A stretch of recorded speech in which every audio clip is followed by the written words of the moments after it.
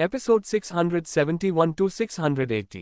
अध्याय 671 164। यदि जीवन पहली मुलाकात जैसा ही होता अंडरस्कोर 6। उसे भविष्य में इसका पछतावा जरूर होगा। बेहतर यही है कि हम अभी अच्छे से अलग हो जाएं, एक दूसरे के लिए खूबसूरत यादें छोड़ जाएं। मैं नहीं चाहती कि हम नाराज पति पत्नी की तरह एक दूसरे को सताते रहें और अंत में मनमुटाव के साथ अलग हो जाएं। ये फैंग ने अपनी मुठियां कसकर भींच ली और कहा, मैंने पिछले कुछ दिनों में इस बारे में बहुत सोचा है। जब तक तुम मेरे साथ हो मैं सब कुछ त्याग सकता हूँ। तुम्हारी माँ का क्या तुम उसे भी छोड़ रहे हो?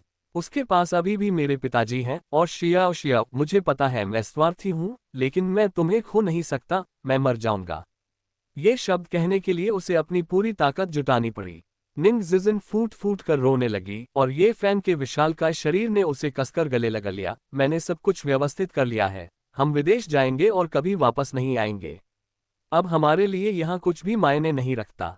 उसे ये परिवार और अपने माता पिता, जिन्होंने उसे पाला पोसा था, से माफी मांगनी थी, लेकिन जिन को खोने का दर्द वह सहन नहीं कर पा रहा था। उसने सोचा कि इस बार उसे स्वार्थी होने दो। पिताजी, माताजी, कृपया अपने नालायक पुत्र को क्षमा कर दीजिए। लेकिन वह इतनी स्वार्थी नहीं हो सकती थी। आज तो उसने आवेग में आकर ये काम कर दिया, भविष्य में उसे इसका पछतावा होगा। वह शेंगुआ परिवार का उत्तराधिकारी था, जिसका भविष्य बहुत उज्जवल था। क्या उसके लिए इस भविष्य को त्यागना उचित था? ठीक है, उसने सिर हिलाया। ये फैंग ने उसे कसकर गले लगाया और कहा, जिन हम जरूर खुश होंगे। बिना बच्चों के परिवार और माता पिता से मुंह मोड़कर क्या हम सचमुच खुश रह सकते हैं? जिंगरू अंतर्राष्ट्रीय हवाई अड्डे पर ये फैंग ने उसका हाथ कसकर पकड़ रखा था। उसे डर था कि वह पलक झपकते ही उससे दूर न हो जाए। डिपार्चर लाउंज में वह ये फैंग के कंधे से टिक गई। उसकी निगाहें हवाई अड्डे के बाहर नीले आकाश की ओर चली गईं, जो विशाल और असीम था, हमेशा अनंत संभावनाओं से भरा हुआ था। वह हिचकिचा रही थी, उसे जाने देने से कतरा रही थी, उस भविष्य को छोड़ने से कतरा रही थी जिसकी उसने उनके लिए कल्पना की थी। लेकिन वह भली भांति जानती थी कि इस खुशी के पीछे एक कीमत चुकानी पड़ेगी। उनकी खुशी सूरज की रोशनी में बुलबुलों की तरह सुंदर तो दिखती थी, लेकिन नाजुक भी थी। एक हल्की सी गुदगुदी और वे फूट जाते। इस सच्चाई को समझने में उसे 8 साल लग गए थे। क्या वह मूर्खता करना जारी रखेगी? नहीं, वह अब और सहन नहीं कर सकती थी। उसने चुपचाप आह भरी। ये फैन की चिढ़ाने वाली आवाज उसके कानों में गूंज रही थी। हम समुद्र किनारे एक घर खरीदेंगे, एक बड़ा 2 मंजिला विला। हम पहली मंजिल पर रहेंगे, दूसरी मंजिल तुम्हारा अभ्यास कक्ष होगा। हम एक पालतू जानवर भी रखेंगे, कुत्ता या बिल्ली। खाली समय में हम समुद्र तट पर टहल सकते हैं। मैं तुम्हारे साथ वे सभी चीजें करना चाहता हूं जो तुम्हें पसंद है। उसके होठों पर एक हल्की सी मुस्कान आ गई और उसने धीरे से अपनी आंखें बंद कर लीं। वह दिन शायद उसके सपनों में आ जाए। उसके बैग में रखा मोबाइल फोन अचानक वाइब्रेट हुआ। उसने बिना आवाज किए फोन निकाला, उस पर एक नजर डाली और फिर उसे वापस बैग में रख दिया। ये फैंग ने उसकी तरफ देखते हुए पूछा, कौन है? Spam text. उसे डर लगने लगा। उसे इस बात का डर सताने लगा कि वह उसे छोड़कर चली जाएगी। उसकी नसें लगातार तनाव में रहती थीं। ये फैंग का सहायक बोर्डिंग पास लेकर आया और बोला, युवा मालिक, चेक इन करने का समय हो गया है। चलो चलते हैं। ये फैंग ने उसे खींचकर खड़ा कर दिया। निंग जिजिन ने अचानक अपनी भौहें सिकुड़ी और अपना पेट ढांकते हुए कहा, मेरे पेट में थोड़ा दर्द हो रहा है, मुझे बाथरूम जाना है। ये फैंग ने अपनी आंखें सिकुड़ी। ऐसा नहीं लग रहा था कि वह झूठ बोल रही हो। मैं तुम्हारे साथ चलूंगी। ठीक है। उसने निंग जिजिन को महिलाओं के शौचालय में प्रवेश करते हुए देखा। वह शौचालय के प्रवेश द्वार पर रेलिंग से टिक गया। उसकी निगाहें निकास द्वार पर टिकी हुई थीं। सहायक उसके पास गया और फुसफुसाते हुए बोला, युवा स्वामी, आपके पिता और माता के बारे में। ये फैंग ने बेपरवाही से कहा, उनकी चिंता मत करो। विदेश जाने के बाद मैं तुमसे संपर्क करूंगा। अगर वे तुम्हें परेशान करें तो तुम इस्तीफा दे सकते हो। तुम्हारी काबिलियत के दम पर तुम्हें कहीं भूखा नहीं रहना पड़ेगा। सहायक ने होंठ सिकोड़ते हुए कहा, युवा स्वामी, क्या आपने सचमुच फैसला कर लिया है? अपना मन बदलने में अभी भी देर नहीं हुई है।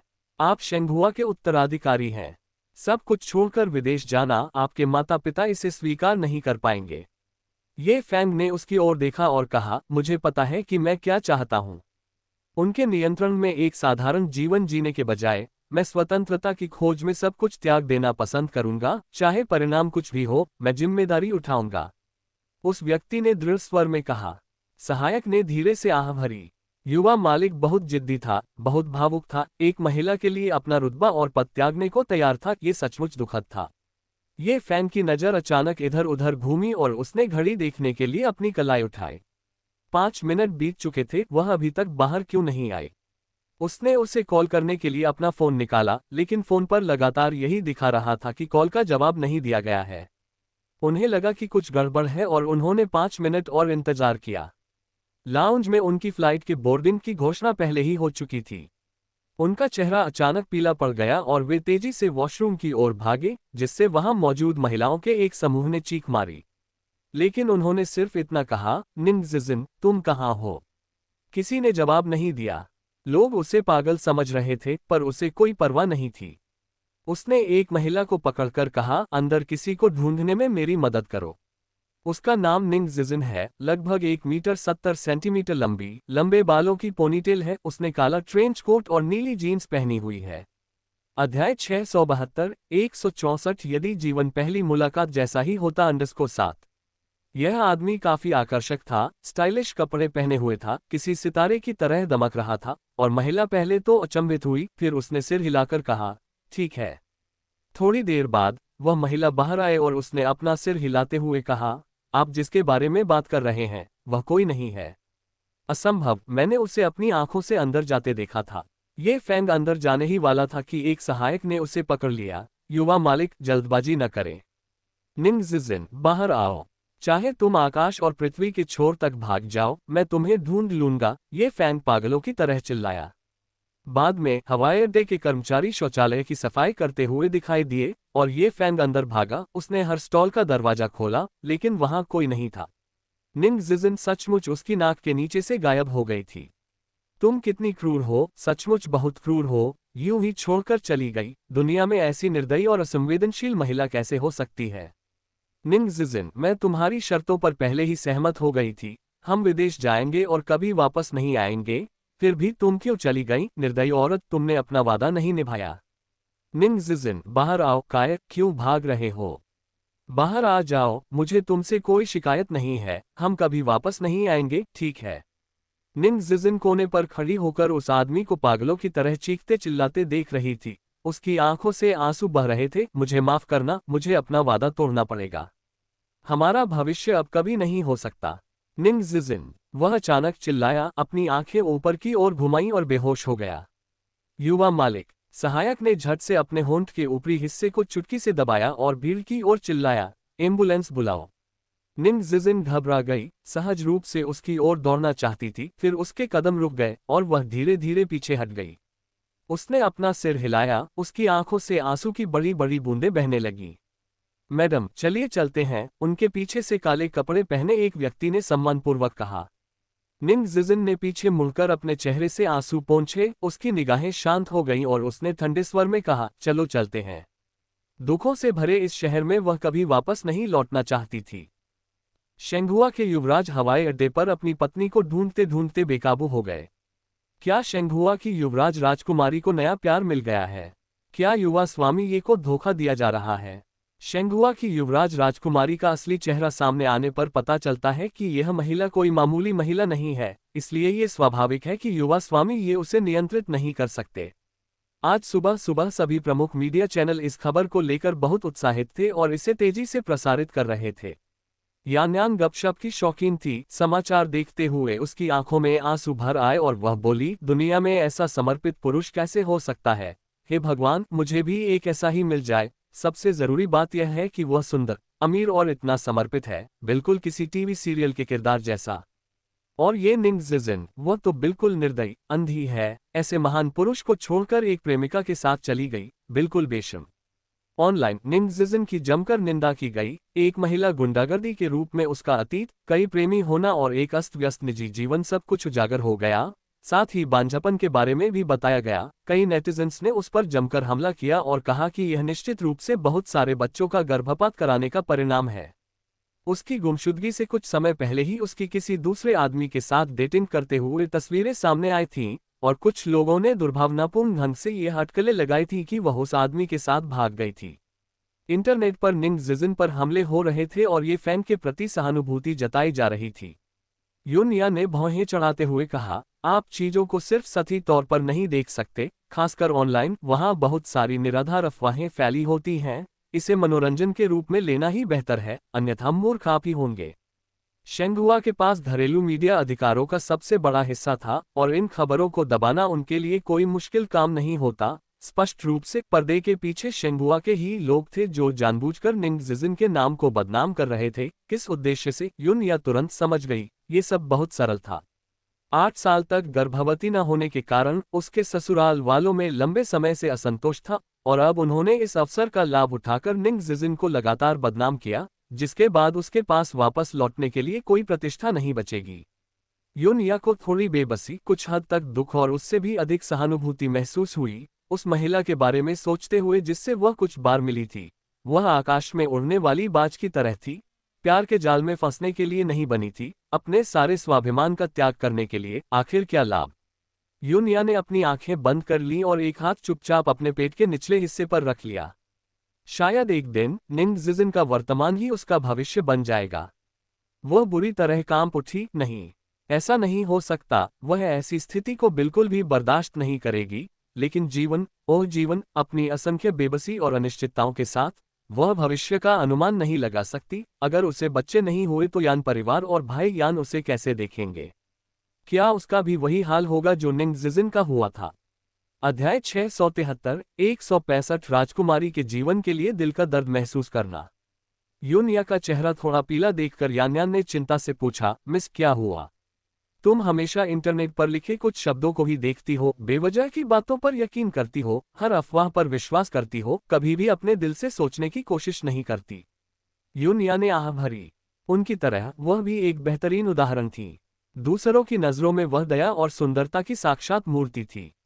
ये दोनों शब्द जब भी उसके लिए इस्तेमाल होते थे उसे हमेशा सिहरन महसूस होती थी। यही इंटरनेट की शक्ति है, चाहे वह अच्छी हो या बुरी, ये पल भर में फैल जाती है। जिंदगी वैसे भी बहुत थकाने वाली है, सोचने के लिए अतिरिक्त ऊर्जा किसके पास है? वैसे भी मैं आपकी तरह होशियार नहीं हूं, महोदया। गपशप तो सच और झूठ का मिश्रण होती है, हम तो बस उसे कहानियां मान लेते हैं, यान्यान ने कहा। अब जाकर यान्यान को यूनिया के बीच का अंतर महसूस हुआ। यूनिया कभी गपशप या सनसनीखेज खबरें नहीं पढ़ती थी, न ही फैशन या सौंदर्य पत्रिकाएं। उसके पास या तो वित्तीय पत्रिकाएं, चिकित्सा ग्रंथ या अंग्रेजी अखबार होते थे। यूनिया की पढ़ाई की तुलना में यान्यान का ज्ञान बहुत ही कम था। यही अंतर था एक सुसंस्कृत व्यक्ति और एक असंस्कृत व्यक्ति के बीच। लेकिन फिर भी वह एक साधारण इंसान थी और इस तरह सादा जीवन जीना काफी अच्छा था।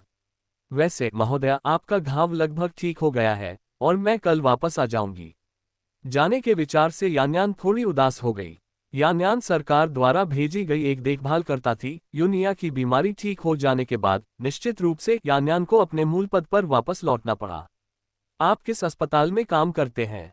यान्यान एक पल के लिए स्तब्ध रह गई। उसे समझ नहीं आ रहा था कि यूनिया ने अचानक ये बात क्यों उठाई, लेकिन उसने ईमानदारी से जवाब दिया, शहर का सार्वजनिक सुरक्षा अस्पताल। यूनिया ने सिर हिलाते हुए कहा, अच्छा, वापस जाओ और कड़ी मेहनत करो। तुम्हारा भी दिन आएगा। उस समय यान्यान यूनिया के शब्दों के पीछे छिपे अर्थ को समझ नहीं पा रही थी। आसन विदाई के दुख में डूबी हुई, वह चाहे कुछ भी कर ले, उसमें कोई दिलचस्पी नहीं थी।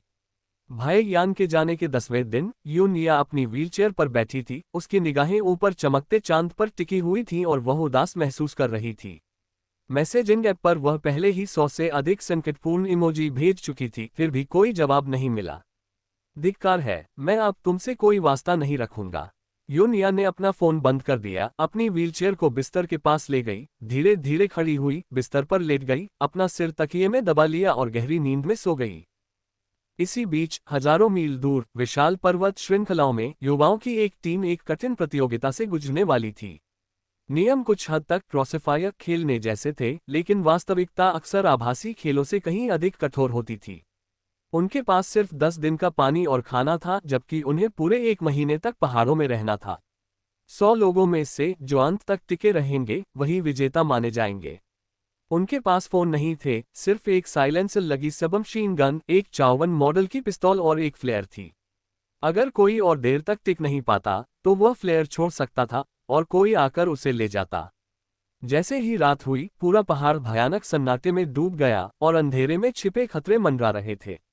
एक विशाल वृक्ष पर एक हरे रंग का व्यक्ति छुपकर लेटा हुआ था। उसने पत्तों से बुने हुए वस्त्र पहन रखे थे, जिससे वह लगभग पूरी तरह से वृक्ष में घुल मिल गया था। यदि कोई उसके ठीक नीचे से भी गुजरता तो भी उसे उसकी उपस्थिति का बिल्कुल भी पता नहीं चलता। केवल खुली हुई आंखों की एक जोड़ी दिखाई दे रही थी, जो अनंत रात की तरह गहरी और गंभीर थी, जिनमें एक पशुवत तीक्ष्णता और शांत सतर्कता झलक रही थी। धीरे धीरे उन आंखों में कोमलता आ गई। वे तारों के विशाल विस्तार को निहार रहे थे और उनके होठों पर एक हल्की सी मुस्कान आ गई। या, मुझे माफ करना, मैं आखिरकार हमारी मुलाकात रद्द करने जा रही हूँ। आप मुझसे नाराज होंगे। इस बार गलती मेरी है, मैं बिना किसी शिकायत के अपनी सजा स्वीकार करता हूँ। उसने अपने परदादा से मिलने और फिर जियांगजोउ लौटने की योजना बनाई थी, लेकिन उसके चाचा ने उसे इस प्रशिक्षण शिविर में भेज दिया। नामात्र के लिए इसे प्रशिक्षण शिविर कहा जाता था, लेकिन वास्तव में यह एक चयन प्रक्रिया थी। उसके चाचा के अनुसार सेना गुप्त रूप से एक बेहद महत्वपूर्ण विशेष अभियान दल का गठन करना चाहती थी। यहाँ भेजे गए लोगों के या तो जान पहचान वाले होते थे, या फिर वे शारीरिक और सैन्य दोनों क्षेत्रों में प्रतिभाशाली होते थे। ऐसी टीम में अपनी अलग पहचान बनाना एक बेहद मुश्किल काम था।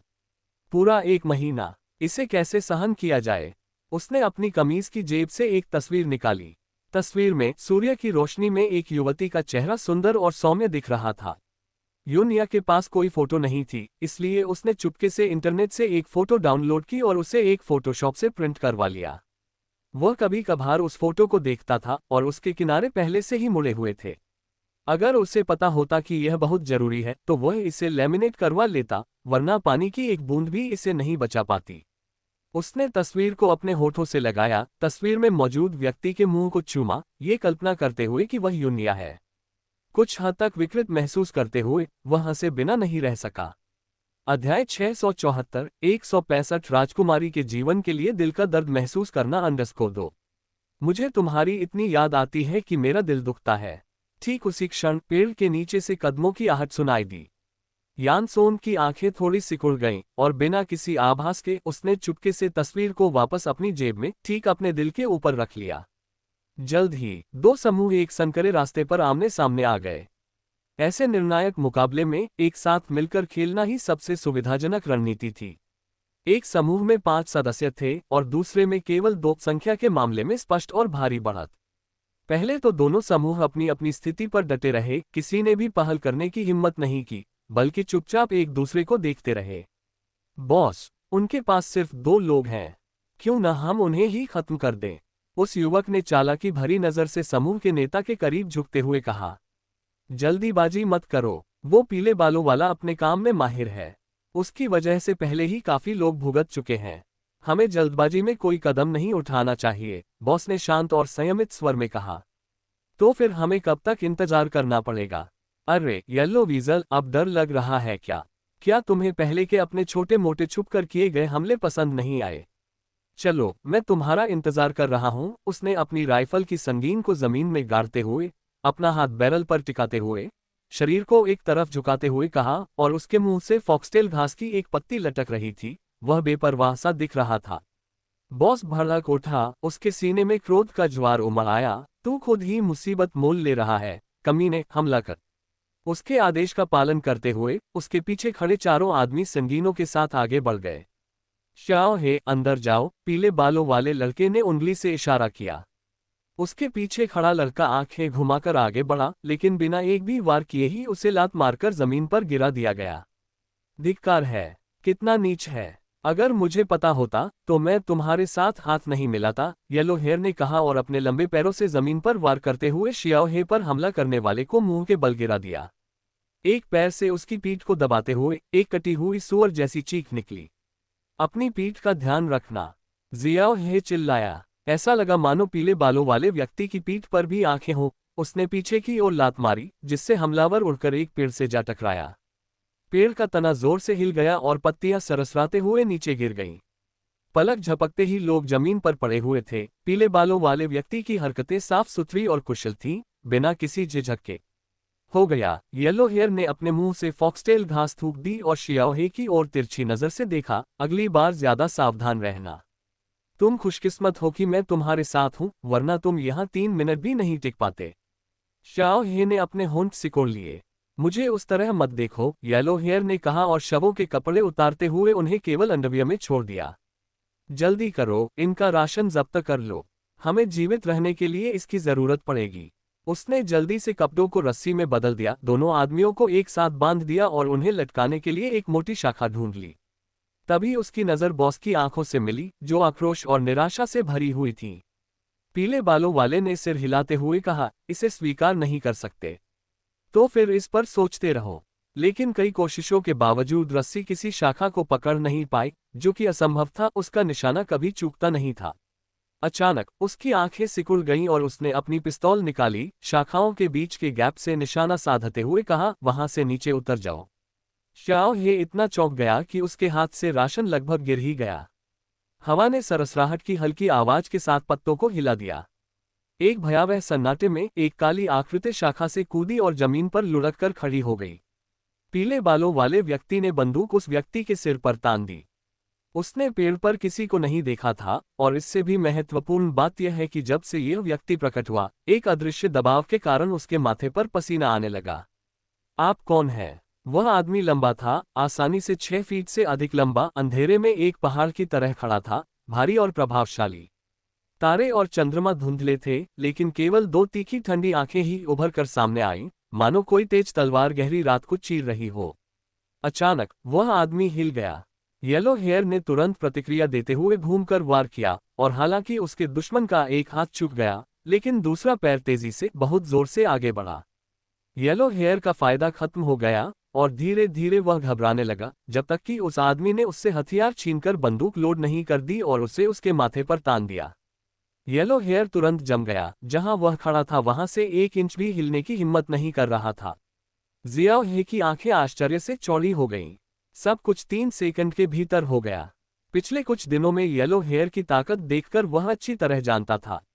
उसने कभी सोचा भी नहीं था कि यह व्यक्ति येलो हेयर को इतनी आसानी से हरा देगा। वाकई, हमेशा कुछ लोग उससे भी बड़े होते हैं। वह उस व्यक्ति को करीब से देखना चाहता था, इसलिए उसने कुछ कदम आगे बढ़ाए। बादलों से छनकर आती चांदनी शाखाओं के बीच से आती हल्की रोशनी बिखेर रही थी। युवक के चेहरे की बनावट लगभग अलौकिक रूप से आकर्षक थी, एक युवा की तीक्ष्ण बुद्धि और एक वयस्क पुरुष की प्रभावशाली उपस्थिति का मिश्रण। ठुड्डी थोड़ी उठी हुई, आंखें नीचे की ओर, किसी ऊंचे और शक्तिशाली शासक की तरह, तिरस्कारपूर्ण और अभिमानी। मर जाओ या आत्मसमर्पण करो, एक गहरी और कर्कश आवाज आई, जो बेहद कामुक और मोहक थी। अध्याय 675 165 राजकुमारी के जीवन के लिए दिल का दर्द महसूस करना _3। येलो हेयर ने अपने सामने खड़े युवक को आश्चर्य से देखा। उसे उम्मीद नहीं थी कि उसे हराने वाला इतना युवा होगा। विशेषकर उसकी हर हरकत से निकलने वाली आभा ने उसे अनायास ही विनम्रता और श्रद्धा से भर दिया।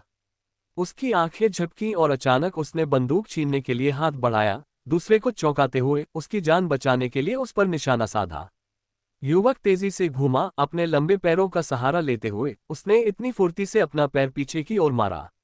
उस पल येलो हेयर अंदर ही अंदर हैरान था, लेकिन तब तक बचने का समय नहीं था।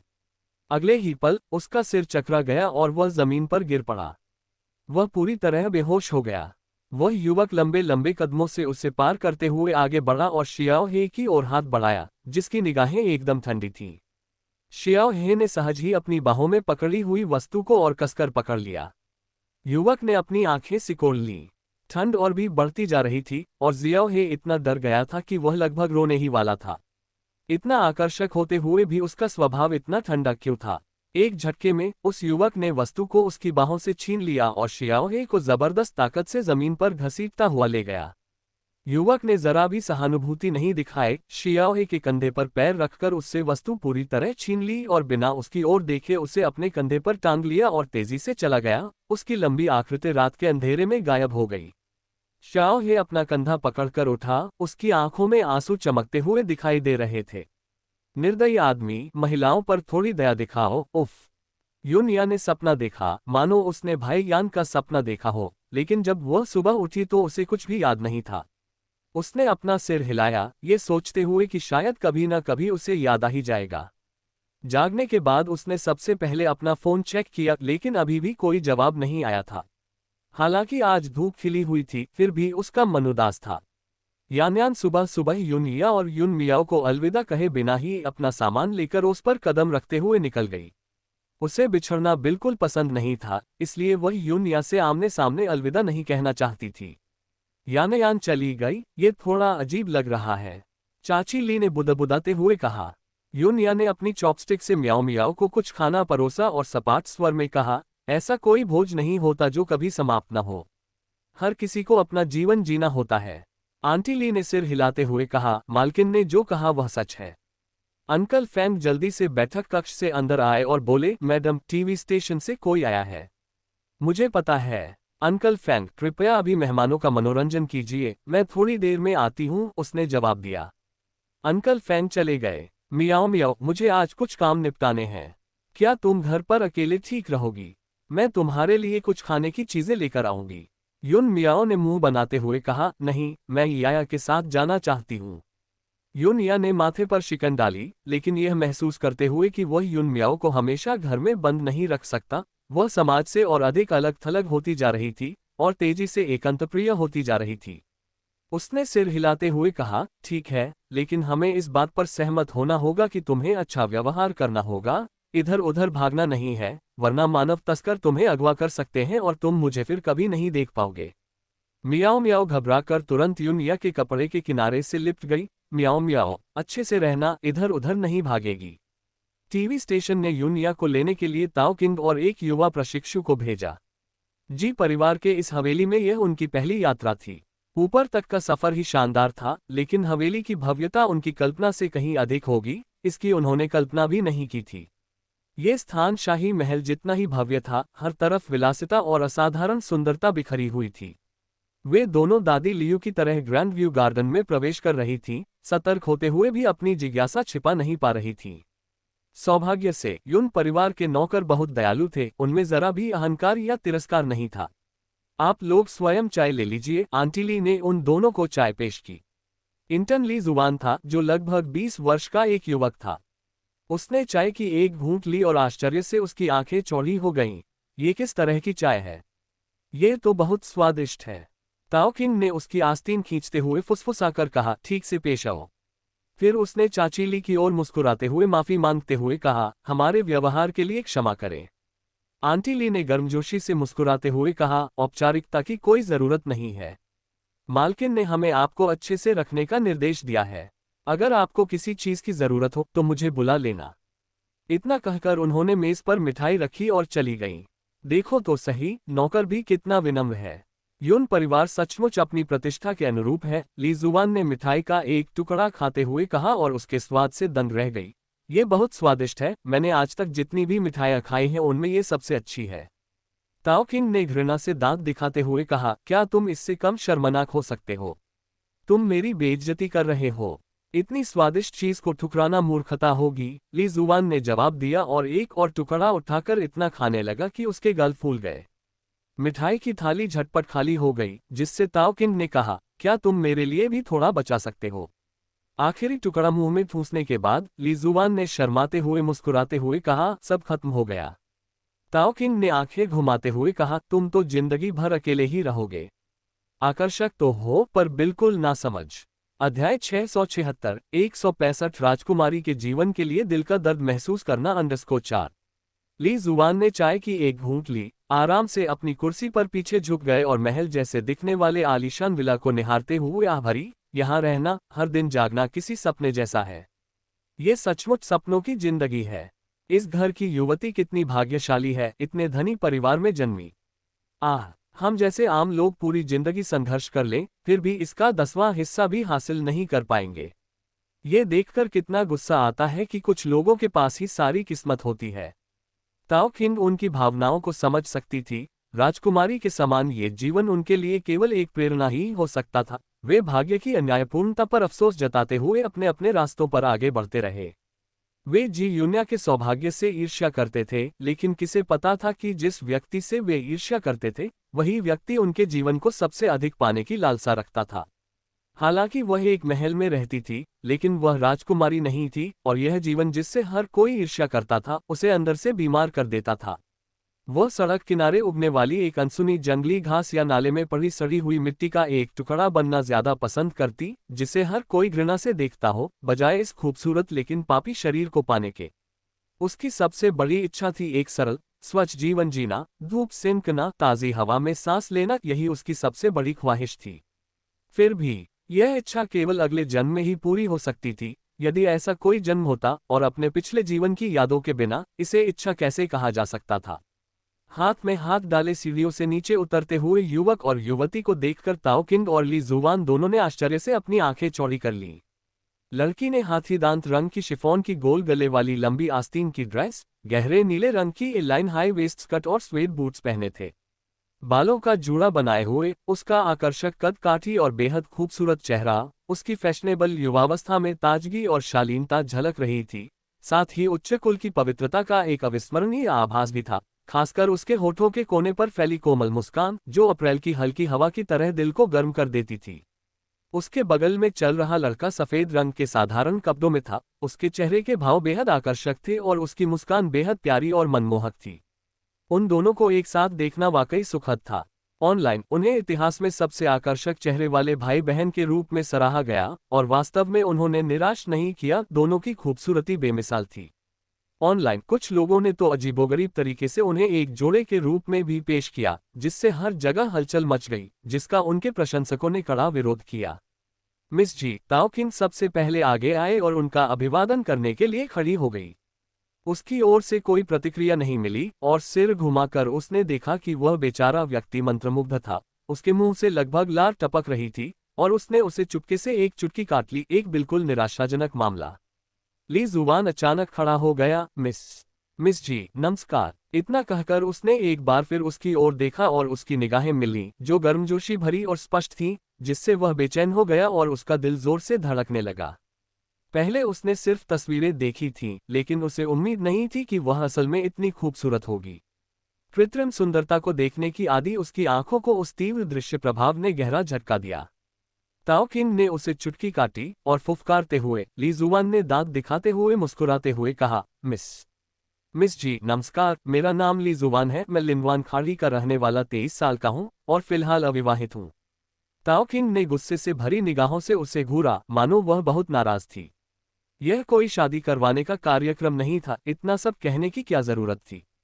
यूनिया ने अपने होंठ दबाए और धीरे से मुस्कुराते हुए कहा, मुझे पता है। उस मुस्कान से मंत्रमुग्ध होकर ली जुबान आनंद से बेसुध हो गई। ये छोटा भाई बहुत प्यारा है। अंत में ताओ किंग के साथ मुस्कुराते हुए ताओ किंग ने बेबसी से सिर हिलाया। कुछ लोग कभी नहीं बदलते। वे खुशकिस्मत थे कि मिस जी उदार थीं और उन्होंने बुरा नहीं माना। अगर कोई ज्यादा गुस्सैल होता तो वे उसे तुरंत बाहर निकाल देते। देवी ने सचमुच मुझे प्यारा कहा। ली जुबान को ऐसा लगा मानो उसके चारों ओर खुशी के फूल खिल उठे हों, वह आनंद से अभिभूत हो गया। कार में टीवी स्टेशन जाते समय ताओ किंग ने यूनिया को कार्यक्रम के कर्मचारियों द्वारा तैयार किए गए प्रश्नों की समीक्षा करने दी, जिनमें से कुछ के उत्तर टीम द्वारा पहले से ही निर्धारित थे और अन्य के उत्तर अतिथि को स्वयं देने थे, ताकि ऐसे उत्तर प्राप्त किए जा सके जो काफी हद तक मिलते जुलते हों, ताकि रिकॉर्ड किए गए कार्यक्रम के पोस्ट प्रोडक्शन और संपादन के बाद टेलीविजन पर प्रसारित होने वाले कार्यक्रम का प्रभाव बहुत अधिक न बदल जाए। शायद यूनिया की उम्र और सामाजिक स्थिति को ध्यान में रखते हुए पूछे गए प्रश्न काफी संयमित थे, न तो पेचीदा थे और न ही तीखे। हालांकि वे मौजूदा रुझानों का अनुसरण करते थे और उनमें थोड़ी बहुत गपशप भी शामिल थी, जैसे कि उनके परिवार के बारे में पूछना। परिवार के बारे में उनकी समझ क्या थी। यूनिया की उंगलियां दस्तावेजों पर थोड़ी और कस गईं। टीवी स्टेशन पहुंचते ही ताओ किंग और ली जुबान उसे ग्रीन रूम में ले गए।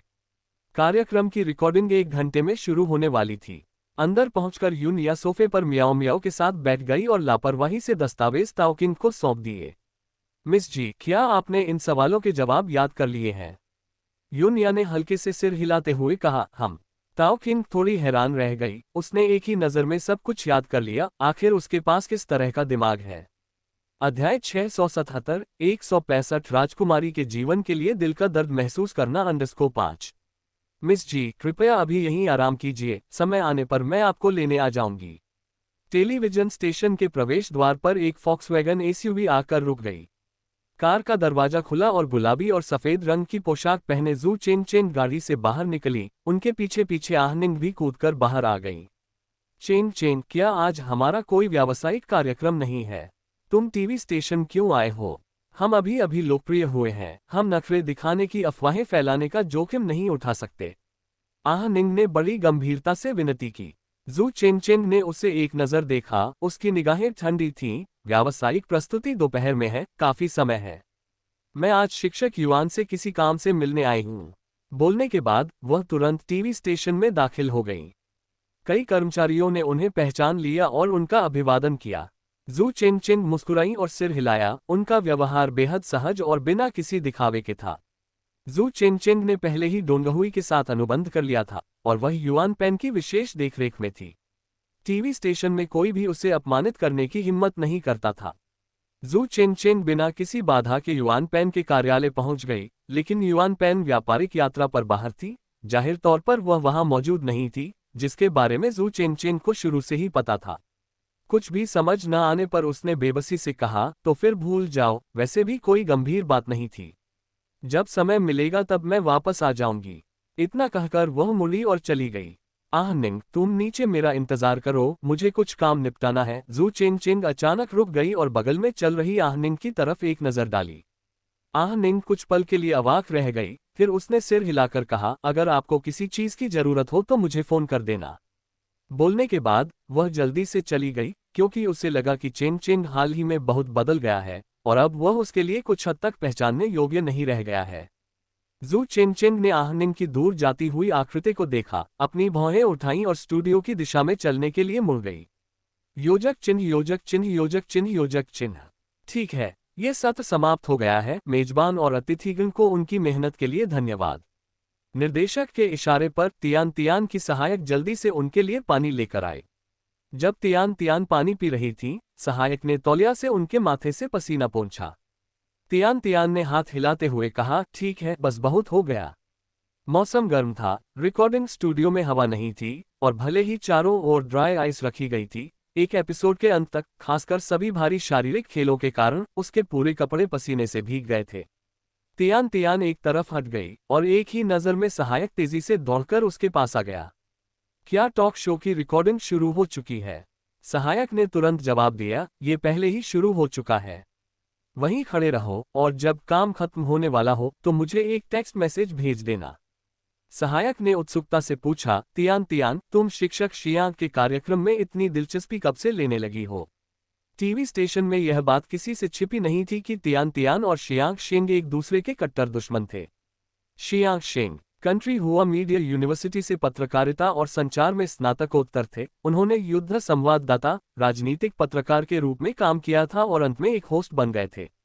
उनका जीवन अनुभव समृद्ध था और वे विद्वान और प्रतिभाशाली थे, क्योंकि वे कई महत्वपूर्ण अंतर्राष्ट्रीय समाचार घटनाओं में शामिल रहे थे। सेलिब्रिटी टॉक शो की मेजबानी करने के बाद से उनके ज्ञान और अनुभव की व्यापक रूप से प्रशंसा हुई, जिससे वे अंतर्राष्ट्रीय स्तर पर सबसे प्रभावशाली होस्ट में से एक बन गए। हालांकि तियान तियान लोकप्रिय थीं, लेकिन अंतर्राष्ट्रीय प्रभाव के मामले में वे शियांग शेंग की बराबरी नहीं कर सकती थीं। शियांग शेंग ने सार्वजनिक रूप से तियान तियान को उसकी ज्ञानहीनता के लिए एक से अधिक बार ताना मारा था, ये सुझाव देते हुए कि उसे मेजबानी करने से पहले और अधिक किताबें पढ़नी चाहिए, और यह कि जो व्यक्ति दिन और सूर्य के बीच अंतर नहीं कर सकता, उसे युवाओं को गुमराह नहीं करना चाहिए। उसके बाद उनके बीच गहरी दुश्मनी पनप गई और वे एक दूसरे से इस तरह बचने लगे जैसे कोई बीमारी हो। अक्सर वे ऑनलाइन झगड़े करते थे, जिनमें आमतौर पर तियान तियान को ही शर्मिंदगी उठानी पड़ती थी। विद्वान और शालीन जियांग शेंग की तुलना में तियान तियान सड़क पर एक झगड़ालू औरत की तरह लगती थी, और इस वजह से कई इंटरनेट यूजर्स ने उसका मजाक उड़ाया। जितना ज्यादा वे लड़ते, उतनी ही ज्यादा उनकी लोकप्रियता बढ़ती गई। अस्तित्व तर्कसंगत है। शियांग शेंग की रचना उच्च वर्ग के लोगों के लिए थी, ऐसी सामग्री जिसे प्राथमिक और माध्यमिक विद्यालय के छात्र चाहकर भी नहीं समझ सकते थे, जबकि तियान तियान की रचनाएं कम उम्र के दर्शकों के लिए थीं। महान और सामान्य दोनों के अस्तित्व के अपने अपने कारण होते हैं, और प्रत्येक की अपनी आवश्यकता होती है। दुर्भाग्यवश सीमित दृष्टि वाले विश्व में कितने लोग इसे समझ सकते हैं? तियान तियान ने उसे तिरछी नजर से देखा। उस ठंडी नजर ने सहायक को अपनी गर्दन सावधानी से सिकोड़ने पर मजबूर कर दिया। मैं अभी इस पर काम कर रही हूं, और वह जल्दी से मुड़कर चली गई। तियान तियान ने धीरे से नाक सिकोड़ी। क्या उसे उस बदमाश जियांग शेंग की चिंता थी? उसे तो जी यून्या की चिंता थी। कुछ देर सोचने के बाद उसने अपना फोन निकाला और एक मैसेज भेजा। जवाब तुरंत आ गया और फोन की स्क्रीन पर उस एक अक्षर को देखकर तियान तियान को ऐसा लगा जैसे उसकी आंख में कांटा चुभ गया हो और उसने फोन को कसकर पकड़ लिया। लेकिन वह क्या कर सकती थी? उसने सोचा था कि उसका दिल बहुत पहले ही सुन्न हो चुका है, फिर भी इस समय उसे अभी भी दर्द हो रहा था। तियान तियान, क्या हुआ? तुम इतनी पीली क्यों दिख रही हो? क्या तुम बीमार हो? हान ताओ पास आकर चिंता से पूछा। तियान तियान अचानक होश में आए और सिर हिलाते हुए बोली, मैं ठीक हूँ, बस थोड़ी थकी हुई हूँ। आराम करने के बाद ठीक हो जाऊंगी। और इतना कहकर वह मुड़ी और तेजी से चली गई।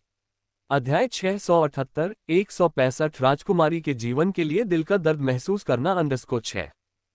राजधानी शहर, पहला जन अस्पताल। कार से उतरते ही लेडी ये तेजी से अस्पताल की ओर दौड़ी और ये युवई उनके पीछे पीछे दौड़ता हुआ गया। महोदया, कृपया चिंता न करें, सज्जन बिल्कुल ठीक हो जाएंगे। वह चिंतित क्यों न होती? फैंग एर बेहोश हो गई थी। उसे अपने दिल में एक बुरा एहसास हो रहा था। नहीं, ऐसा तो हो ही नहीं सकता था। लेडी ये को देखते ही ये फैंग की सहायक तुरंत आगे आए और बोली, मैडम फैंग र कहाँ है? लेडी ये ने आते ही पूछा। छोटे मालिक अभी भी बेहोश हैं, लेकिन महोदया चिंता न करें, डॉक्टर ने कहा है कि वे जल्द ही जाग जाएंगे। हालांकि सहायक हिचकिचाया। लेडी ये ने भौहें चढ़ाते हुए कहा, लेकिन क्या? सहायक ने उसकी ओर देखा और कहा, डॉक्टर ने कहा कि अगर परिवार के सदस्य आते हैं तो उन्हें पहले उनसे मिलना चाहिए। उनकी चिकित्सीय स्थिति के बारे में कुछ बातें हैं जिनकी उन्हें जानकारी होनी चाहिए।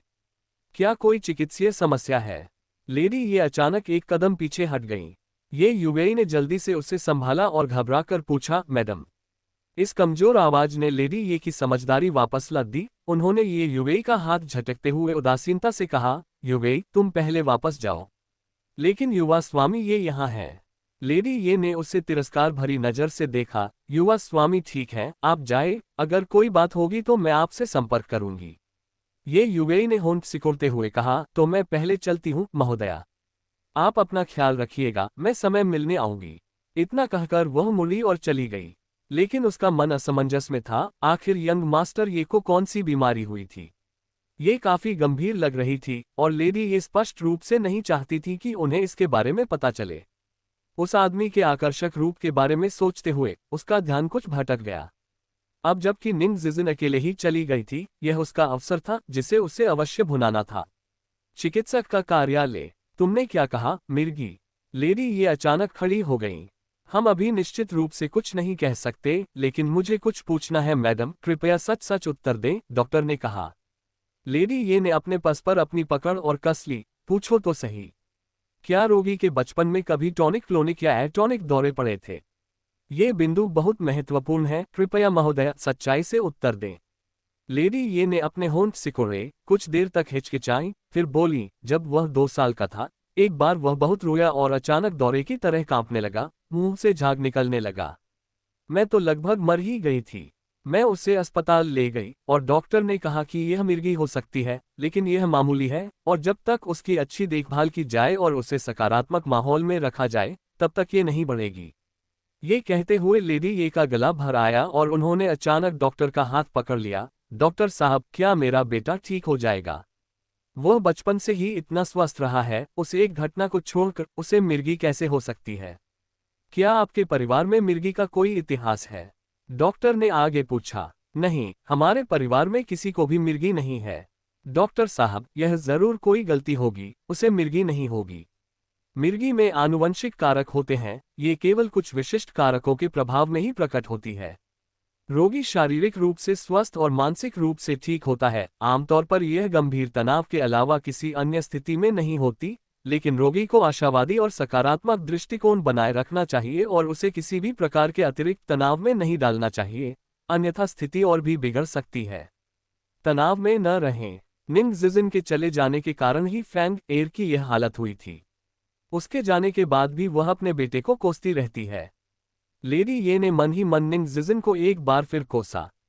डॉक्टर के क्लिनिक से निकलने के बाद लेडी ये ने एक फोन कॉल का जवाब दिया।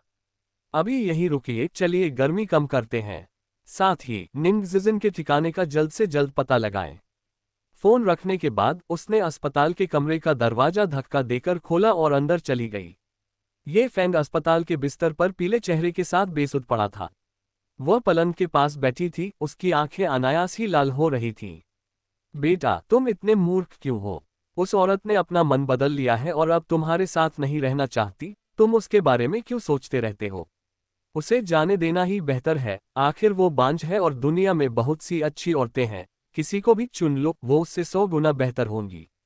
वह लगातार बोलती रही और उसे पता ही नहीं चला कि ये फैंग कब होश में आ गया। उसे जागते देख लेडी ये ने तुरंत खुशी से कहा, फैंग, तुम आखिरकार जाग गए। क्या तुम्हें कहीं कोई असुविधा हो रही है? पीलापन लिए हुए दिखने के अलावा ये फैंग को और कोई समस्या नहीं थी। ये फैंग की निगाहें ठंडी और उदासीन थीं। उसने लेडी ये के बढ़ाए हुए हाथ को झटक दिया और उठकर बैठ गया। क्या अब तुम खुश हो? लेडी ये चौंक गई। फैंग, तुम क्या कह रही हो? ये फैंग के होठों पर एक ठंडी मुस्कान आ गई। जिनजिन चली गई और तुम सबसे ज्यादा खुश हो। क्या तुम उसे भगाने का सपना नहीं देख रहे थे? अब तुम्हारी इच्छा पूरी हो गई है तो क्यों न तुम आतिशबाजी करके जश्न मनाओ।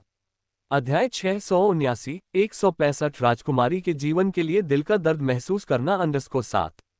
फैंग, तुम माँ से इस तरह कैसे बात कर सकती हो? मैंने उन्हें कब भगाया है? वो खुद ही चली गई थी। कृपया माँ पर सारा दोष मत डालो, ठीक है? माँ के साथ भी बहुत अन्याय हुआ है। उनके लहजे और हावभाव से ऐसा लग रहा था मानो सबसे ज्यादा दुख उन्हें ही हुआ हो।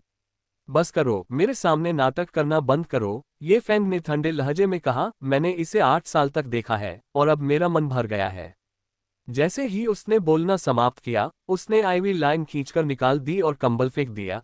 बिस्तर से उठने का इरादा था, लेकिन लेडी ये ने तुरंत उसे सहारा दिया। फैंग, तुम क्या कर रहे हो? डॉक्टर ने कहा था कि तुम्हें अच्छी तरह आराम करना चाहिए। तुम यूं ही इधर उधर नहीं भाग सकते। मेरे रास्ते से हट जाओ। ये फैंग ने उसे धक्का दिया और लेडी ये अचानक हुए इस हमले से अचंभित होकर लड़खड़ाकर जमीन पर गिर पड़ी, दर्द से कराहते हुए चिल्लाईं। ये फैंग का फैला हुआ पैर पीछे हट गया और उसने अपना सिर दूसरी तरफ घुमा लिया। उसके पतले होंठ कसकर एक साथ दबे हुए थे। फैंग, तुम माँ के साथ ऐसा बर्ताव कैसे कर सकते हो? तुमने मेरा दिल तोड़ दिया है और मुझे बहुत निराश किया है। लेडी ये दुख और अन्याय से भरे दिल के साथ लड़खड़ाते हुए उठी। जिस बेटे को उन्होंने पाला पोसा था, वही उनके साथ ऐसा बर्ताव कर रहा था, और वो भी उस निर्लज नीच के लिए। अब उन्हें निंग जिजिन से दिल से नफरत हो गई थी। निंग जिजिन ने न केवल उसके बेटे को चुराया था, बल्कि उसके दिमाग को भी भ्रमित कर दिया था, जिससे एक बिल्कुल सही इंसान वह बन गया था जो अब था। ये सब निंग जिजिन की गलती थी। ये फैंग को उसकी तरफ देखने की जरा भी परवाह नहीं थी। वह अपनी इस माँ की असलियत बहुत पहले ही समझ चुका था और उसे अब कोई उम्मीद नहीं बची थी, इसलिए वह मुड़कर चला गया। मैं जिनजिन को ढूंढ कर रहूंगी। अगर मैं उसे नहीं ढूंढ पाई तो मैं जिंदगी भर इस घर में कभी कदम नहीं रखूंगी। तुम यहीं रुक जाओ, लेडी ये ने अपनी पूरी ताकत से चिल्लाते हुए कहा। अब उन्हें अपनी छवि की कोई परवाह नहीं थी। ये फैंग अपने कदमों पर रुक गया। लेडी ये दौड़कर उसके पास पहुंची और उसके रास्ते में खड़ी हो गई। उसने हाथ उठाकर उसके चेहरे पर एक जोरदार थप्पड़ मारा और गुस्से से चिल्लाई, एक औरत के लिए ऐसी गैरजिम्मेदार बातें कहना, क्या यही वो अच्छा बेटा है जिसे मैंने पाला पोसा है? ये फैंग ने गहरी सांस ली और अपने सामने खड़ी महिला को ठंडे लहजे में देखा। अगर मैं जिनजिन को छोड़ देता हूं तो मैं सचमुच सबसे गैरजिम्मेदार आदमी होऊंगा। अचानक वह धड़ाम से घुटनों के बल बैठ गया। माँ, आपका बेटा आज्ञाकारी नहीं है और आपकी और पिताजी की अपेक्षाओं पर खरा नहीं उतरा है, लेकिन जिनजिन के बिना मैं आगे नहीं बढ़ सकता। कृपया मेरे इस व्यवहार के लिए मुझे क्षमा कर दीजिए। इतना कहकर उसने 3 बार प्रणाम किया। हर बार प्रणाम की गूंज इतनी तेज थी कि लेडी ए का दिल कांप उठा। वह अविश्वास से पीछे की ओर लड़खड़ा गई। तुम, अगर जिनजिन संतान नहीं कर सकती तो मैं भी संतान नहीं करूंगी। मैं नसबंदी करवा लूंगी। मुझ पर अपना समय और बर्बाद मत करो। अगर वंश को आगे बढ़ाना है तो शियाओ तो है ही। इतना कहकर वह खड़ा हुआ और पीछे मुड़े बिना चला गया। लेडी ये हताशा में उसके पीछे भागी। रुको, तुम यहीं रुक जाओ। ये फैंग, अगर तुमने अस्पताल के दरवाजे से बाहर कदम रखने की हिम्मत की तो मैं अभी यहीं से कूद जाऊंगी। हताशा में लेडी ये के पास इस रणनीति का सहारा लेने के अलावा कोई चारा नहीं था। ये फैंग के कदम कुछ पल के लिए रुके, लेकिन अगले ही पल वह दृढ़ता से आगे बढ़ने लगा और उसकी आकृति तेजी से आंखों से ओझल हो गई। वह अपनी माँ के असली स्वभाव से भली भांति परिचित था। वह उसे सिर्फ डराने की कोशिश कर रही थी और वास्तव में वह उछलने वाली नहीं थी। ओह, मैंने जो पाप किए हैं, आखिर मैंने किस लिए जन्म दिए हैं, लेडी ये रो पड़ी। निंग जिजिन, उसने दांत भींचते हुए फुफकारा। इस दुष्ट स्त्री ने उसके प्यारे बेटे पर जादू कर दिया था और उसने कसम खाई कि वह उसे कभी नहीं छोड़ेगी। लेडी ये को यह नहीं पता था कि ये फैन को अपनी बीमारी के बारे में काफी समय से पता था। जूनियर हाई स्कूल में एक बार उसे दौरा पड़ा था और उसने चुपके से इंटरनेट पर इसके बारे में खोजबीन की थी, जिससे उसे पता चला कि यह मिर्गी है। उसने इसे शांति से स्वीकार कर लिया था और तब से वह अपने गुस्से पर काबू रखने की पूरी कोशिश करता रहा था।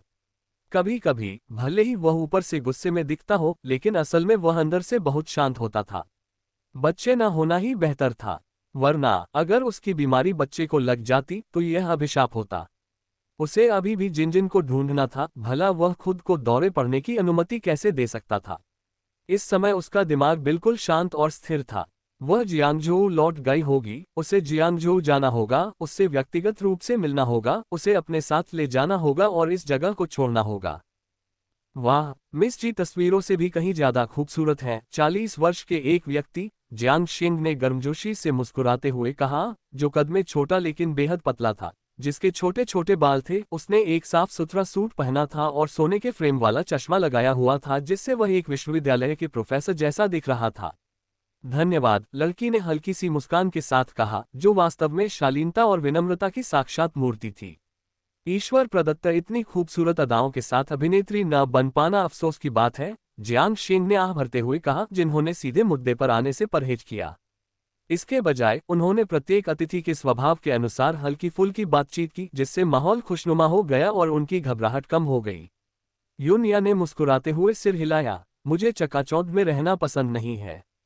एक साधारण इंसान होना, धूप और बारिश का आनंद लेना, पक्षियों की चहचहाट और फूलों की खुशबू का लुत्फ उठाना अच्छा लगता है। जीवन सरल और खुशहाल है। हर किसी की अपनी अपनी इच्छाएं होती हैं और मेरी इच्छा बस सादगी से जीना है। कुछ लोगों का मानना है कि इस अशांत समाज में धन, शक्ति और इच्छाओं की खोज ने लोगों को उनके मूल उद्देश्यों को भुला दिया है। वे मृत्यु तक अंतहीन रूप से इनका पीछा करते रहते हैं, अपने जीवन का अर्थ जाने बिना। फिर भी इस लड़की की इच्छा मात्र जीने की थी, जो सुनने में तो सरल लगती है, लेकिन कई लोगों की समझ से परे है। जन्म से लेकर मृत्यु तक व्यक्ति जो कुछ भी अनुभव करता है, वह केवल जीना ही है, एक बहुत ही सरल सत्य जिसे कुछ ही लोग वास्तव में समझ पाते हैं। शियांग शेंग ने अपने सामने खड़ी लड़की को ध्यान से देखा। 16 साल की, जवानी के चरम पर खड़ी लड़की के लिए इस तरह की अवधारणा को समझना दुर्लभ था।